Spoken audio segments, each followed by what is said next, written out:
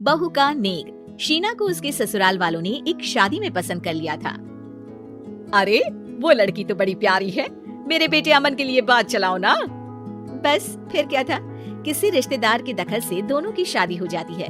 लेकिन शीना की सास पारुल और उसकी देवरानी आसपास ही रहते थे। शादी के बाद शीना कहती है, सुनिए जी, ये चौका छूने की क्या रस्म होती है, जानते हैं क्या आप? अरे नहीं यार, हाँ पर मम्मी को चाची से बोलते सुना था कि आज तुमको किचन की जिम्मेदारी देंगे, तो वो लोग आ रहे हैं खाना खाने हमारे घर। हे भगवान, ये कैसी रस्म है? साड़ी पहनकर किचन में खाना बनाना, ये तो कंप्यूटर की कोड को डिकोड करने से भी ज्यादा मुश्किल काम है। अरे चिंता क्यों करती हो, माँ है ना, सब संभाल लेंगी, वो बहुत समझदार है। शीना को भी पति की बात ठीक लगती है। वहीं घर पर शीना की चाची सास, ससुर और उनकी बहू खाने पर पहुंचते हैं। शीना की चाची सास उसकी सास से कहती है, अरे कहाँ है दीदी, आप अभी भी किचन में हैं क्या? रस्म बहू की है या आपकी? चाची की बहू कहती है, और हमारी चौका छूने की रस्म थी तो हम तो सुबह 4 बजे ही किचन में पहुंच गए थे। अरे तेरी ताई ने सर पर चढ़ा रखा है बहू को। शीना सबकी बात सुने बगैर सामने आती है। अरे आज तो तेरी चौका छूने की रस्म थी ना, तुम ही देर से आई हो। वो चाची, मुझे ना साड़ी बांधने में देर हो गई। तो वक्त से उठा करो ना, पता है जब नई शादी है, रस्में होनी है, तो फिर थोड़ा कम आराम कर लोगी तो कुछ घट नहीं जाएगा। शीना की सास को बहुत बुरा लगता है कि चाची उसकी बहू से ऐसे बात कर रही है। अरे शीना, चलो किचन में, मैं तुम्हें समझा देती हूँ कि कैसे क्या करना है। देखो, मैंने सब बनाकर यहाँ रख दिया है, तुम्हें सिर्फ हलवा बनाना है, उसकी भी पूरी तैयारी कर दी है बेटा। बस किशमिश डालकर हलवा में मिलाकर लेकर आ जाना। बस फिर क्या था, एक एक कर शीना सारा खाना टेबल पर लगा देती है। अरे बहू ने इतना सब बना दिया, वाह जी वाह। तभी शीना बोल देती है, नहीं नहीं चाची, ये सब तो माँ ने बनाया है, मैंने तो सिर्फ इसी टेबल पर लगाया है। वो साड़ी पहनकर काम करना अभी थोड़ा मुश्किल होगा ना। चाची सास तो सुनकर मानो बिफर ही जाती है। ये क्या बात हुई दीदी, मैं जब शादी कर कर आई थी तो आप बड़ी थी, पर किचन में ना आप आई और ना माँ जी। हाँ, क्योंकि उस वक्त मैं बहू थी और मुझे सास के हिसाब से काम करना था, लेकिन अब मैं सास हूँ तो मैं बहू को वैसे ही बनाऊंगी ना जैसा कभी मैं बनना चाहती थी।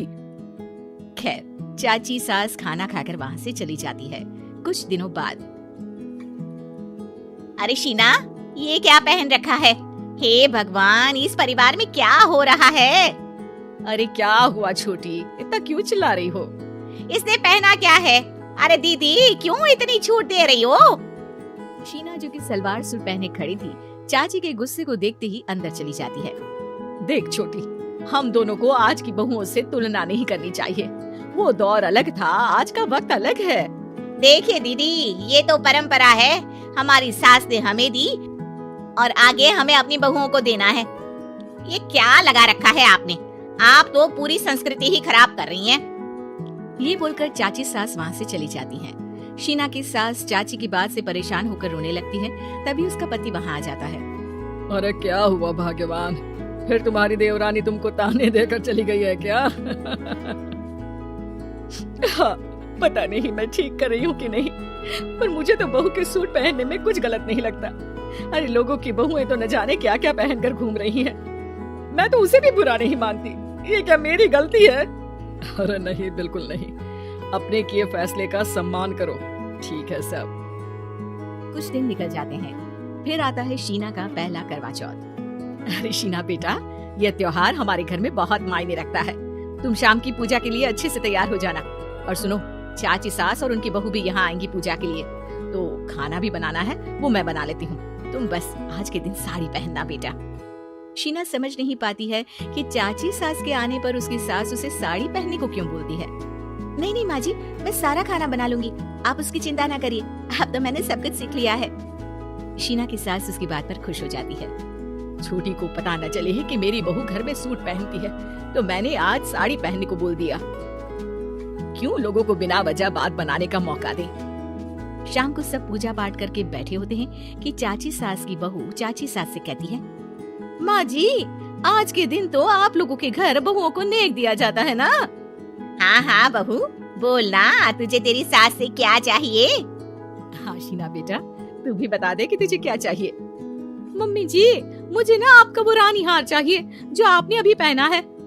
चाची सास थोड़ा हिचकिचाते हुए कहती है। हाँ हाँ ले लेना, सब तेरा ही तो है। तुझे कौन सा हार चाहिए बहू?